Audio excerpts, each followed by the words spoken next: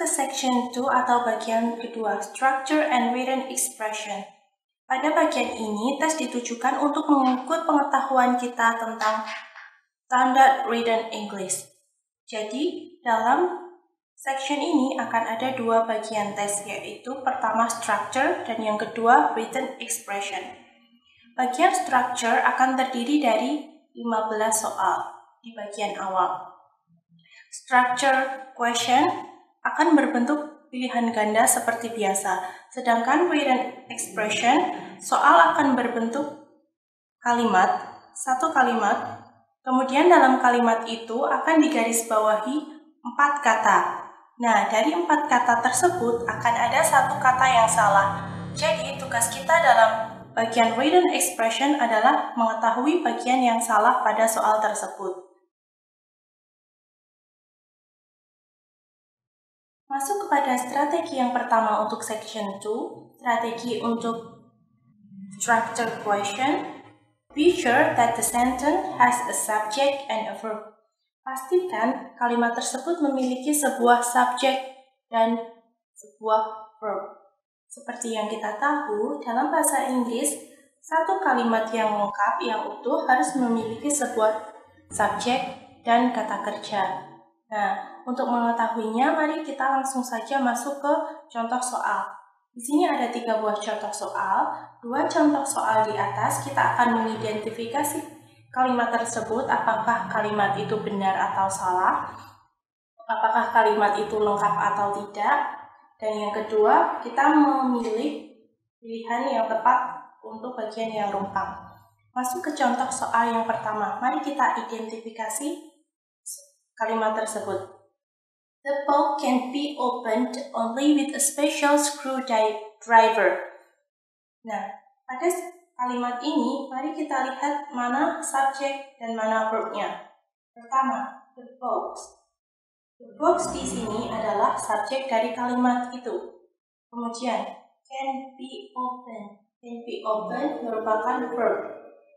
Nah, kalimat ini memiliki sebuah subjek dan sebuah verb. Oleh karena ini, kalimat ini merupakan kalimat yang tepat, sehingga kita akan memberi tanda C atau correct. Nah, sekarang masuk kepada contoh soal yang kedua. The assigned text for history class, it contains more than 20 chapters. Mari kita analisis juga kalimat ini. Pertama, the assigned text for history class. Nah, di sini ada noun phrase. The assigned text for history class. Kemudian, it contains. Ada it, ada contains. Di sini, the assigned text for history class berperan sebagai subjek. Kemudian, di sini ada contain sebagai verb. Tapi di sini juga ada it. Nah, it di sini juga bisa berperan sebagai subjek. Namun, ingat lagi yang pertama. A sentence has a subject and a verb. Dalam satu kalimat, hanya ada satu subjek dan satu verb. Karena di sini ada 2 subjek, ada it, maka kalimat ini adalah kalimat yang tidak tepat. Jadi kan kita tandai dengan tanda I, incorrect. Kemudian contoh yang ketiga. Sasha blah blah blah going to the movie with a friend. Untuk kalimat ini, mari kita identifikasi apakah bagian yang kita perlukan untuk mengisi bagian yang rumpang. Sasha di sini adalah nama orang.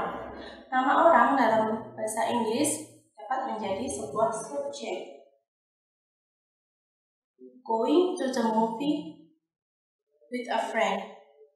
Nah, di sini juga kita tahu ada kata going. Going adalah bagian dari verb. Tapi going bukan main verb. Jadi kita masih memerlukan kata yang dapat menjadi main verb sehingga kalimat ini menjadi kalimat yang utuh.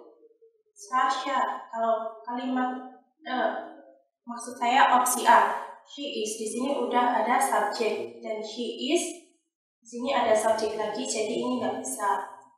She, di sini ada subjek lagi juga, tidak bisa. Is relaxing. Is itu bisa menjadi main verb, tapi di sini ada relaxing. Sedangkan di sini sudah ada part of verb going, berarti ini juga tidak bisa. Sehingga jawaban untuk soal nomor 3 adalah will be. Sasha will be going to the movie with a friend. Masuk ke strategi yang kedua, be careful of object of preposition. Biasanya dalam soal teks TOEFL akan diletakkan preposisi dengan objek di antara subjek dan predikat untuk mengecoh peserta. Nah, untuk lebih jelasnya, mari kita langsung saja masuk ke contoh soal.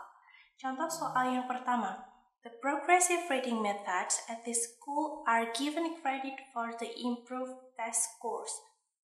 Pada kalimat ini kita ketahui di sini ada the progressive reading methods sebagai noun phrase dengan head noun plural karena ada s di sini sebagai subject of the sentence. Kemudian di sini juga ada at this school prepositional phrase dengan object of preposition singular. Kemudian di sini juga ada are given credit for the improved test score sebagai verb phrase. Nah, pada kalimat ini, subjek dan verb harus sesuai. Mari kita lihat di bagian verb sini. Di sini head verb adalah are, yang merupakan verb yang sesuai dengan subjek jamak. Maka kalimat ini correct. Kemudian yang saya maksud untuk mengecoh tadi adalah di sini, at this school. Di sini, this school merupakan objek yang bersifat singular. Jadi kalau kita nggak hati-hati, biasanya kita akan terkecoh di sini this school dan di sini akan menggunakan verb yang bersifat singular. Kemudian masuk ke contoh yang kedua aja ya, biar cepat. For the last 3 years, various hospitals in the country has been practicing medicine. Di sini kita analisis kalimatnya. Yang pertama, for the last 3 years adalah adverb of time, keterangan waktu. Kemudian, various hospital in the country. Di sini adalah noun phrase dengan head noun hospital. Di sini bersifat plural. Nah, kemudian dalam noun phrase ini juga ada preposisi in dan object of preposisi the country. Kemudian kita lihat verbnya di sini has been practicing medicine. Nah, di sini verbnya, head verbnya adalah has. Has adalah verb yang bersesuaian dengan subjek singular, sedangkan subjek di sini adalah subjek plural. Maka kalimat ini adalah kalimat yang incorrect. Kemudian masuk ke contoh soal yang ketiga. With Eric, blah blah blah found the movie theater. Pada kalimat ini kita lihat di sini ada with Eric. With adalah preposisi. Maka Eric di sini adalah object of preposisi.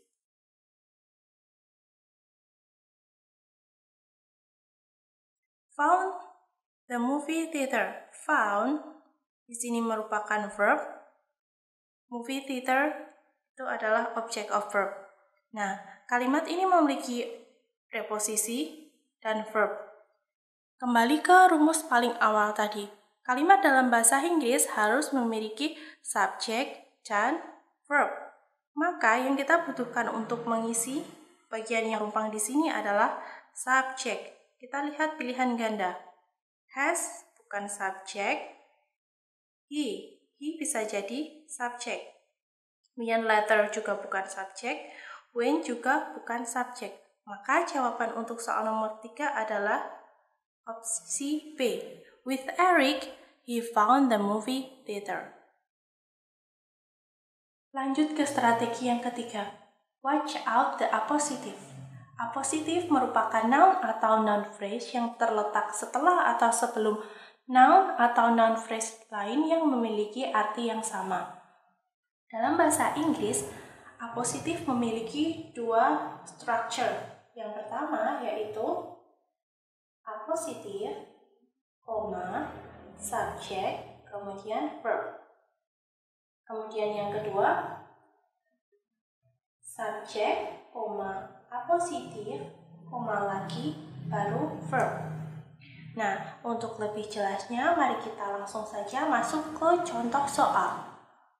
Yang pertama, in the cold winter, a wall heating unit would not turn on. Mari kita lihat apakah kalimat ini adalah appositif yang benar atau bukan. Di sini, in the cold winter. In the cold winter merupakan adverb of time. Kemudian di sini a wall heating unit merupakan noun phrase. And would not turn on adalah verb phrase. Nah, karena di sini ada noun phrase di tengah-tengah, tapi di awal adalah adverb of time, bukan appositif, maka kalimat ini adalah kalimat yang incorrect. Jika kalimat ini ingin menjadi kalimat yang benar adalah in the cold winter, a wall heating unit, tidak usah pakai koma, kemudian would not turn on. Dan kalimat ini tidak mengandung appositif. Kemudian untuk contoh soal yang kedua. The new tile pattern, yellow flower on a white background, really brighten up the room. Mari kita lihat kalimat ini. The new tile pattern merupakan noun phrase. Kemudian yellow flower on a white background juga merupakan noun phrase. Kemudian really brightens up the room.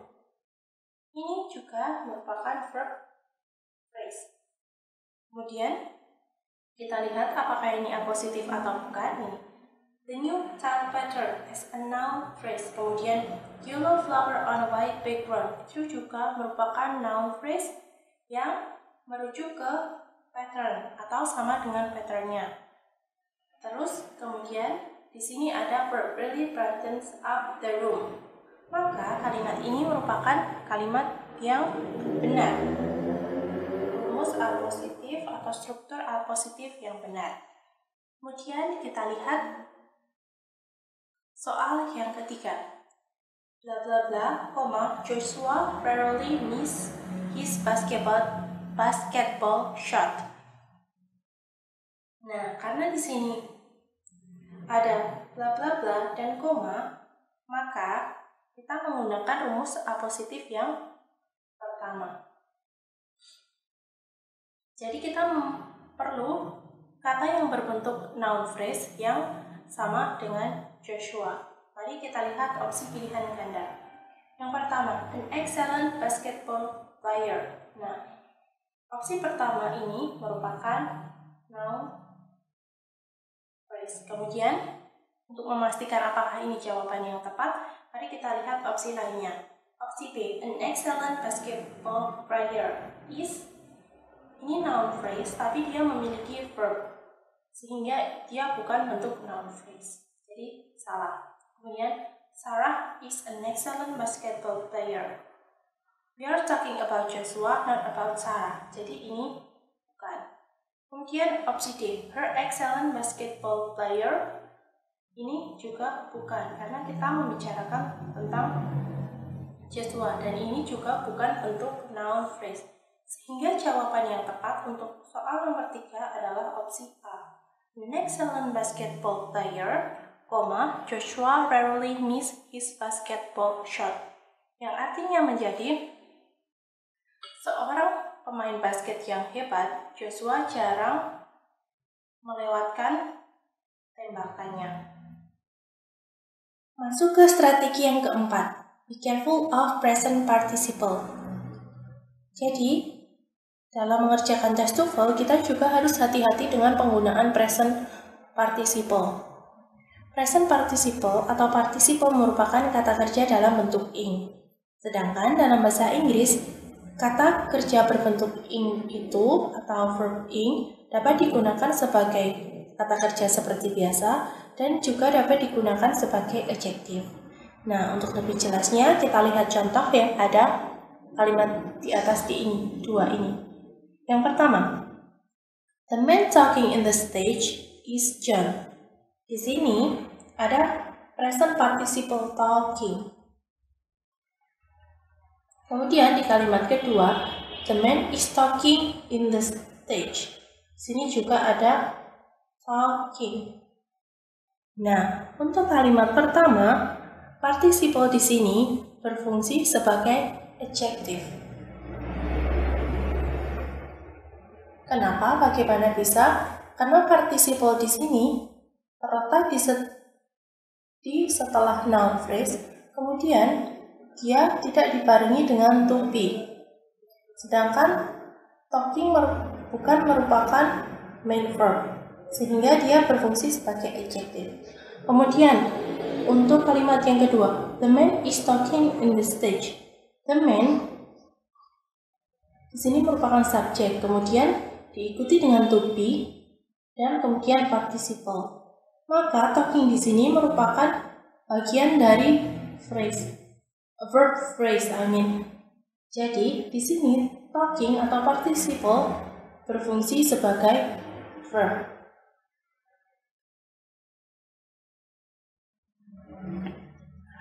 Untuk lebih jelas lagi, kita langsung saja masuk kepada contoh soal. Yang pertama,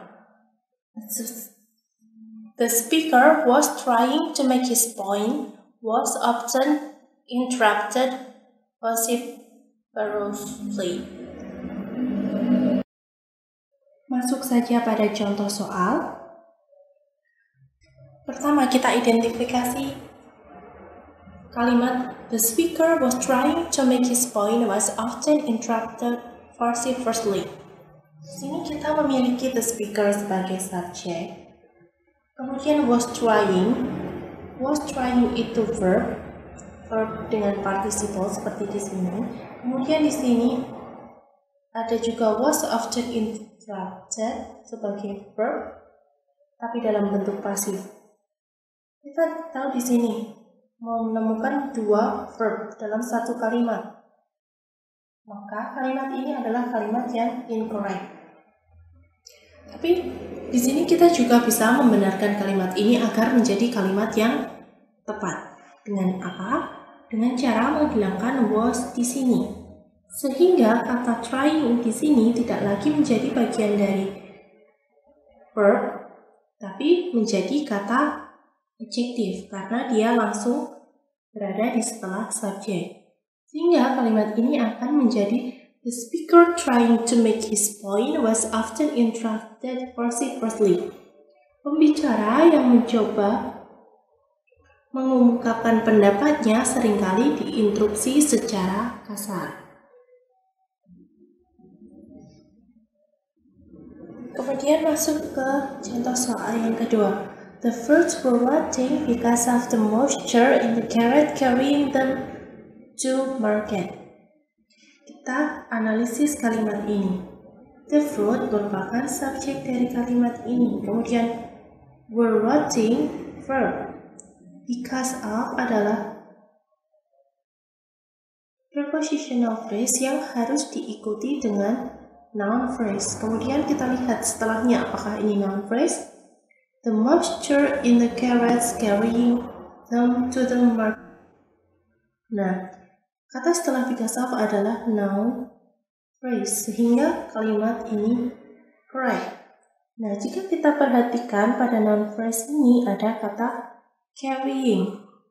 Kata carrying di sini bukanlah verb, tapi carrying participle yang berfungsi sebagai adjektif yang menerangkan carrot.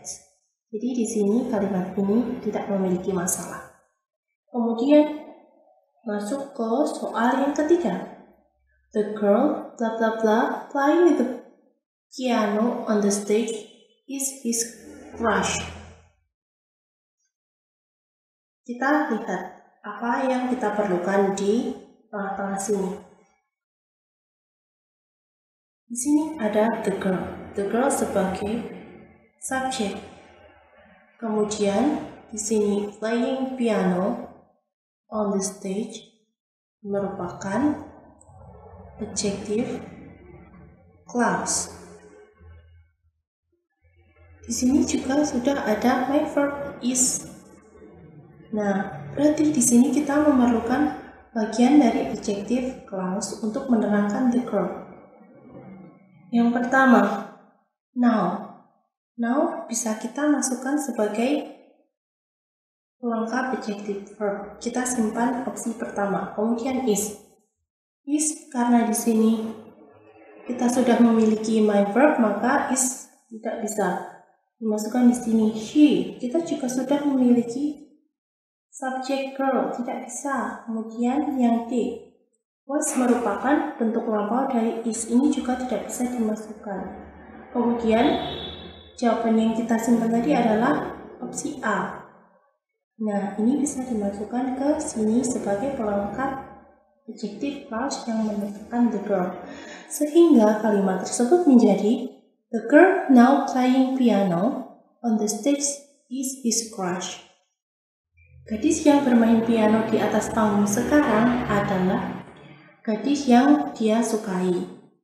Masuk ke strategi yang kelima, be careful of past participle. Hati-hati dengan penggunaan past participle.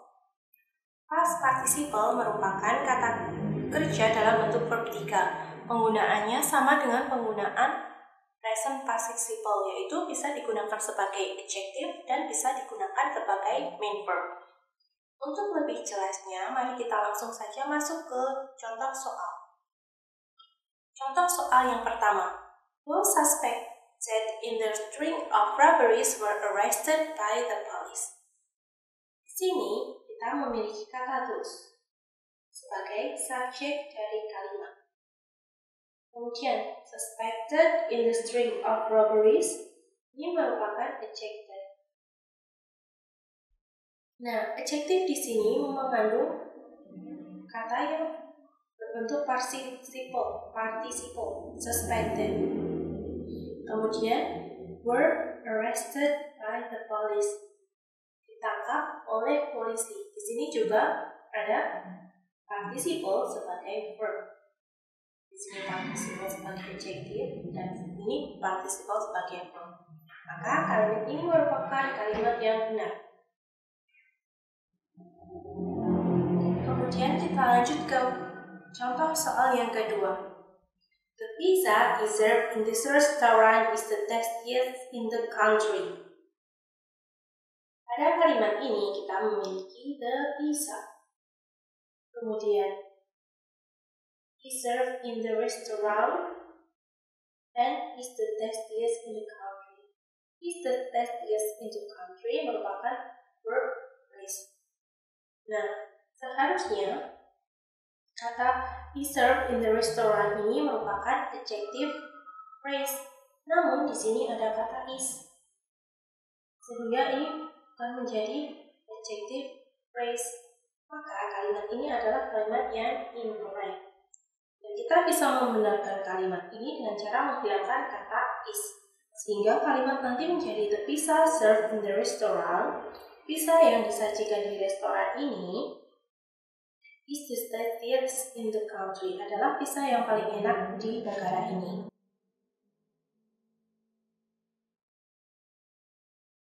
Lanjut contoh soal yang ketiga. Kita harus mengisi bagian yang kurang di sini. Untuk dapat mengisinya, kita harus melihat dulu struktur kalimat di sini. Yang pertama, the letter. The letter merupakan subjek dari kalimat tersebut. Blah blah blah mail at the post office will arrive at Monday. On Monday. Will arrive di sini merupakan verb phrase. Sehingga kemungkinan yang ada di sini adalah adjective phrase. Untuk mengisi bagian rumpang yang kita perlukan adalah kata yang dapat menjadi bagian dari adjective. Lalu kita lihat opsinya. Kata have merupakan kata kerja, jadi kita tidak bisa memasukkannya ke sini. Kemudian work juga bukan, them bukan, dan ini adalah just. Nah, jadi kalimat tersebut akan menjadi the letter just mailed at the post office will arrive at Monday. On Monday, Jadi, dalam bahasa Indonesia, kalimat tersebut akan berarti surat yang baru saja diposkan di post office akan sampai di hari Senin.